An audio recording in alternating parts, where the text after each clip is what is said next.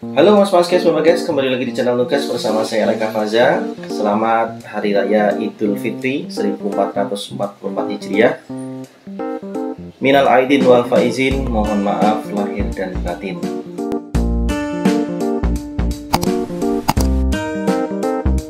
Langsung saja ke soal nomor 1.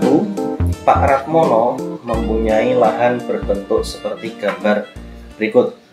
Gambarnya berupa trapesium trapesium siku-siku ya. Manakah hubungan yang benar antara kuantitas P dan Q berikut berdasarkan informasi yang diberikan? Nah, di sini ada kolom P dan kolom Q ya. Banyak pohon yang ditanam di sekeliling lahan dengan jarak antar pohon 2 meter adalah 35 di sini.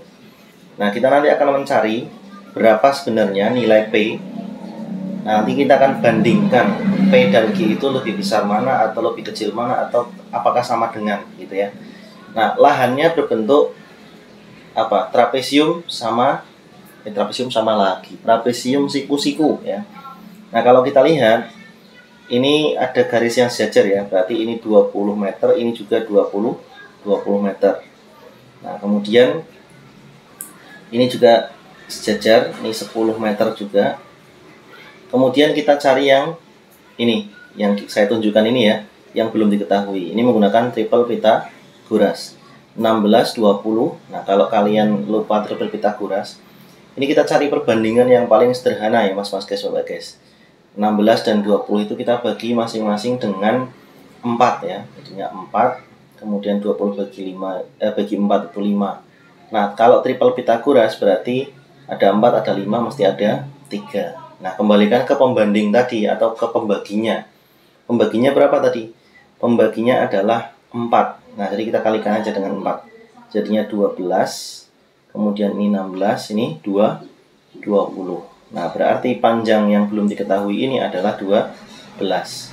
Sehingga kelilingnya adalah 16, 10, 20, dan 22. Ini digabung ya. Sehingga kelilingnya adalah berapa tadi? 16 ditambah 10 ditambah 20 ditambah ini 10 sama 12 22 sama dengan 26 ditambah dengan 42 ya, sama dengan 68 ya. Ada suara balon dan merconnya guys. Nah, kelilingnya 68 meter. Kemudian akan ditanam pohon yang jaraknya 2 meter antar pohon. Berarti kan tinggal kita bagi ya, 68 meter dibagi 2 meter setiap 2 meter. Berarti hasilnya adalah 34. Jadi ada 34 pohon ya. Yang tengah ini tidak usah dihitung karena yang ditanyakan adalah sekeliling, jadi hanya bagian luarnya saja. Jadi ada 34 pohon. Jadi nilai P adalah 34, sedangkan nilai Q-nya 35. Maka jawaban yang benar adalah P kurang dari Q. Jawabannya adalah A ya, Mas guys. Kita lanjutkan ke soal yang kedua. 10 tahun lalu, umur Ahsan sama dengan 2 kali umur Bimo. Ini pernyataan pertama. Sekarang 2 kali umur Ahsan sama dengan 3 kali umur Bimo. Ini pernyataan kedua. Manakah hubungan yang benar antara kuantitas P dan Q?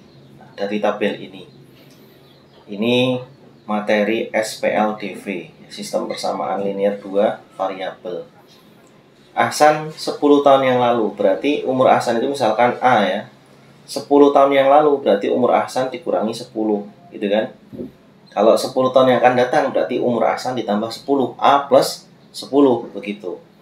Nah, umur Ahsan 10 tahun yang lalu sama dengan 2 kali umur Bimo. Misalkan umur Bimo itu B gitu ya. Berarti 2 kali umur Bimo sama dengan 2 dalam kurung Bimo dikurangi 10 juga. Ya, hati-hati di sini. Bukan 2B dikurangi 10 tapi 2 dikali B kurang 10. Nah, ini pernyataan pertama ini kita buat bentuk sederhananya. Ya, ini kan masih kompleks ya. Konstantanya kita pindah ke kanan. Berarti ini 2B dikurangi 20 ditambah 10 gitu ya. Kemudian 2B nya pindah ke kiri, jadinya min 2B sama dengan min 10. Nah, Seperti ini persamaan pertama. Kemudian pernyataan kedua, sekarang, nah ini umur sekarang berarti tanpa tambahan berapapun ya, artinya berdiri sendiri variabelnya. 2 kali umur Hasan berarti 2A sama dengan 3 kali umur Bimo sama dengan 3B gitu ya. Nah kita ubah menjadi 2A dikurangi 3B sama dengan 0 ya, konstantanya 0. Ini persamaan kedua. Nah dari sini kita akan eliminasi dan substitusi ya, A dikurangi 2B. Yang mau kita eliminasi yang mana? Misalkan A ya, berarti variabel A-nya yang ini semua sukunya di persamaan 1 ini kita kalikan semua dengan 2. Jadinya 2A dikurangi 4B sama dengan min 20 gitu ya. Ini langsung saya kalikan dengan 2, tujuannya eliminasi A. Kemudian dari persamaan 2 ini masih utuh, 2A dikurangi 3B sama dengan 0. Nah sekarang kita eliminasi dengan cara mengurangkan. 2-nya habis, min 4 ditambah 3B jadinya min B. Min 20 kurangi 0, min 20, B-nya sama dengan 20. Jadi umur Bimo sekarang adalah 20. Umur Hasan berapa? Umur Hasan kita bisa kembalikan ke persamaan 1 ya mungkin ya. Kita substitusikan nilai B, jadinya A min 2 kali, B-nya udah ketemu 20, sama dengan min 10. A dikurangi 40 sama dengan min 10. Sehingga A sama dengan min 10 ditambah 40 sama dengan 30. Nah, jumlah umur mereka sekarang itu merupakan nilai P ya. P-nya adalah 30 ditambah 20. Berarti P nilainya 50. Sedangkan Q 45. Maka jawaban yang benar adalah P lebih besar dari Q. Jawaban yang benar adalah yang B, mas guys. Nah, ini agak menarik nih. Menarik sekali karena di situ ada kalau kalian pernah mempelajari himpunan itu seperti ada irisan ya, diagram Venn. Nah, ini ada irisan seperti ini. Nah bagaimana cara menghitung, atau kita baca dulu deh soalnya ya. Perhatikan gambar persegi ABCD, ini panjangnya sama, kemudian dan jajar genjang PQRS ini. Jika panjang AP 9 cm, ini AP 9 cm, kemudian PQ-nya ini 12, ini panjang PQ, TQ-nya itu 10, kemudian hubungan yang benar antara kuantitas P dan Q berikut yang mana yang benar? P-nya adalah ini agak nggak terlihat ya. Luas daerah yang diarsir adalah 176 cm persegi jika mohon maaf bacanya nggak gitu ya, ini maksudnya gimana? Oh, P itu luas daerah yang diarsir jika diketahui luas daerah yang tidak diarsir adalah 176 cm persegi, sedangkan Q-nya 12. Ini caranya gimana? Caranya begini mas guys, ini kita pisahkan dulu antara persegi dan jajar genjangnya. Misalkan saya gambar terpisah seperti ini. Ini A, B, C, D ya. Ini panjangnya kan sama 9, sama-sama 9 karena ini persegi. Ya, sehingga luasnya sama dengan, misalkan kita sebut luas 1 ya. Yang 81 satuan luas. Kemudian jajar genjang, kita gambar jajar genjangnya seperti ini. Ya. Panjang PQ, ini PQ, ini 12. Kemudian apalagi yang diketahui ini? TQ-nya adalah 10. Sehingga luas 2 atau luas jajar genjang ini alas kali tinggi ya. Berarti kan 120. Nah, gini. Nah, kemudian kita lihat ketika kita pisahkan ketika kita pisahkan dua buah bangun datar ini, dan di sini sebenarnya kan ada bagian yang terarsir ya. Nah, ini misalkan saya ambil di sini, kemudian ini di sini. Nah, ini kan jadi seperti ini. Ya. Sehingga luas ini kan nanti luas yang diarsir itu sama dengan, atau luas yang tanpa arsiran itu sama dengan luas bangun persegi dikurangi dengan warna biru ini. Kemudian ini juga sama, luas yang tanpa arsiran sama dengan luas jajar genjang dikurangi luas arsir, gitu ya. Sehingga dari situ kita dapatkan sebuah persamaan, yaitu luas tanpa arsir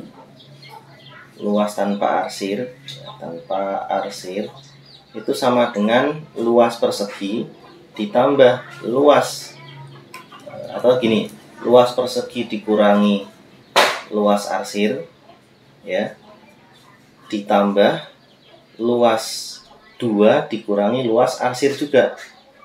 Nah, karena luas arsirnya sama, maka bisa kita sederhanakan menjadi seperti ini. L1 tambah L2 dikurangi 2 kali luas arsir, gitu ya. Ini bisa kita sederhanakan menjadi seperti ini. Nah, sekarang kita coba masukkan yang diketahui apa. Luas daerah yang diarsir 176. Luas daerah yang diarsir ditanyakan ya. Berarti yang tanpa arsir yang 176.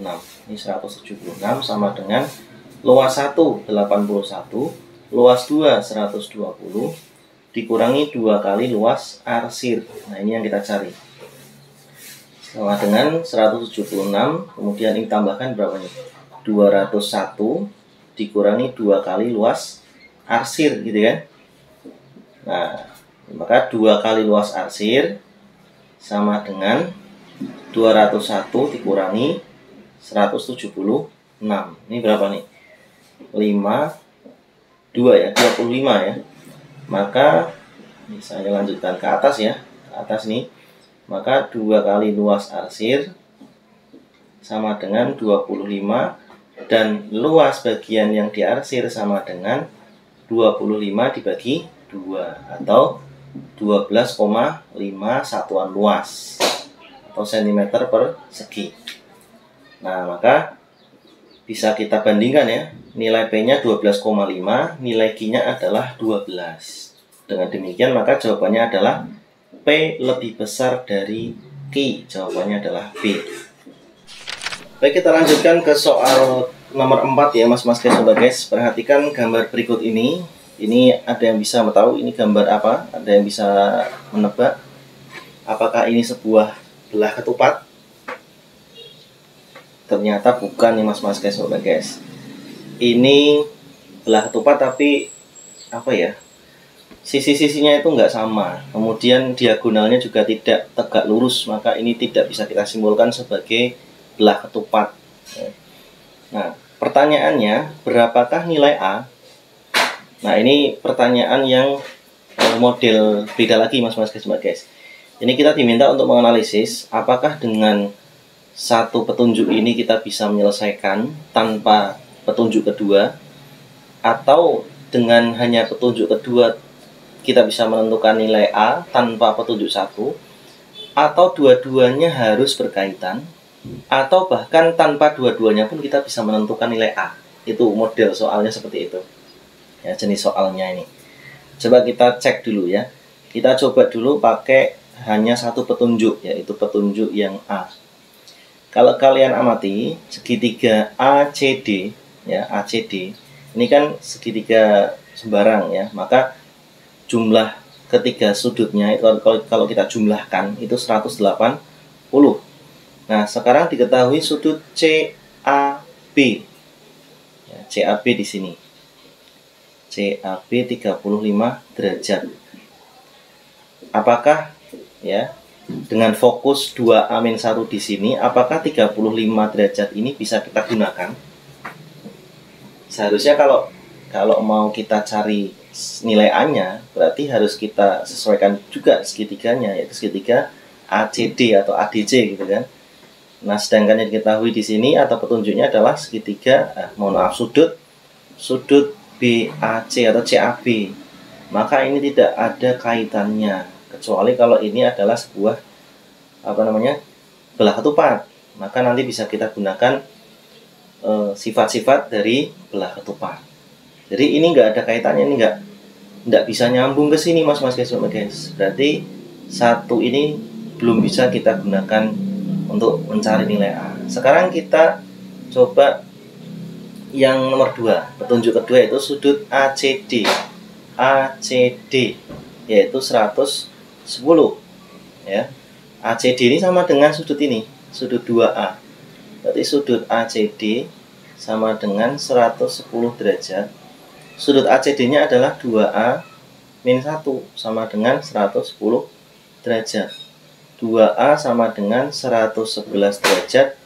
A sama dengan 111 derajat dibagi 2 sama dengan berapa? 55,5 ya. 55,5 derajat. Benar nggak? 55,5 01 1. Iya, 55,5 ya. Nah, maka di sini yang bisa kita gunakan hanya 2 dan 1 itu tidak digunakan juga nggak masalah ya. Maka yang pas jawabannya adalah yang pernyataan 2 saja cukup untuk menjawab pertanyaan, tetapi pernyataan 1 saja tidak cukup. Yang ini mas guys. Jawabannya adalah yang B. Sekarang kita lanjutkan ke soal nomor 5. Jika persamaan kuadrat AX kuadrat min 20X plus B sama dengan 0 mempunyai akar kembar, di sini sudah diberikan clue, akar kembar, berapakah akar tersebut? Nah, putuskan apakah pernyataan 1 dan 2 berikut cukup. Apakah hanya 1 saja, 2 saja, atau 1 dan 2, atau bahkan dua-duanya tidak bisa membantu. Kita cek ya persamaan kuadratnya. AX kuadrat min 20X ditambah B sama dengan 0 memiliki akar kembar. Berarti diskriminannya sama dengan 0. Ingat diskriminan rumusnya adalah B kuadrat min 4AC. Bukan dari AB ini ya. B kuadrat min 4AC-nya dari bentuk umum persamaan kuadrat AX kuadrat plus BX plus C sama dengan 0. Berarti yang berperan sebagai A ini A, yang sebagai B ini min 20, yang sebagai C ini adalah B ini gitu. Ya. Oke, pertama kita gunakan petunjuk A sama dengan 4. A-nya ini kita ganti dengan 4. Ya, petunjuk pertama 4X kuadrat min 20X plus B sama dengan 0. Kemudian kita masukkan ke nilai diskriminan ya. Oh ya, sebelum kita ke diskriminan, ini paling enggak kita sudah mendapatkan salah satu variabel baik A maupun B untuk mencari akar-akarnya ya Mbak guys. Jadi minimal 1 A atau B saja diketahui, kita udah bisa menentukan akar-akarnya ya. Kita lanjut ke nilai diskriminan ya, B kuadrat min 4 AC sama dengan 0. B kuadrat berarti min 20 kuadrat, berarti 400 dikurangi 4 kali A-nya 4 ya, C-nya B sama dengan 0. Berarti 400 dikurangi 16B sama dengan 0. Maka 16B sama dengan 400 ini. B sama dengan berapa? 400 bagi 16. 400 bagi 16 itu berapa? 2, 32, 85, 25 ya.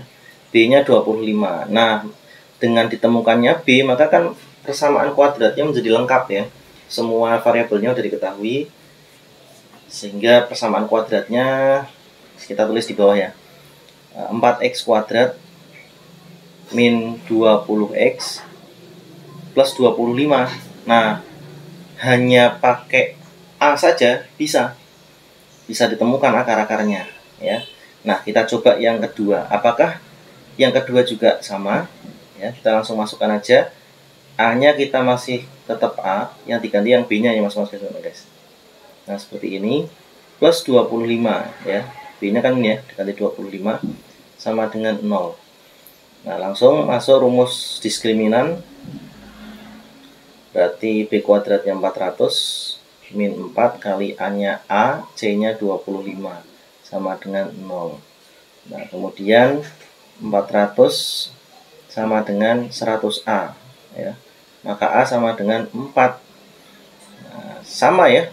Bentuk persamaannya, persamaan kuadratnya sama.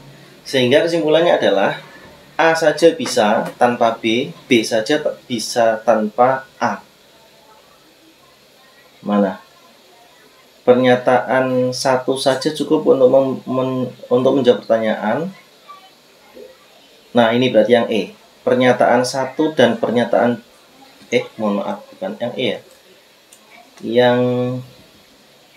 Yang D.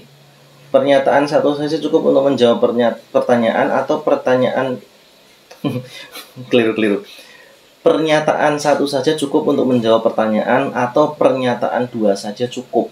Jawabannya adalah D. Oke mas guys, sampai di sini dulu 5 soal. Nanti kita lanjutkan di video berikutnya.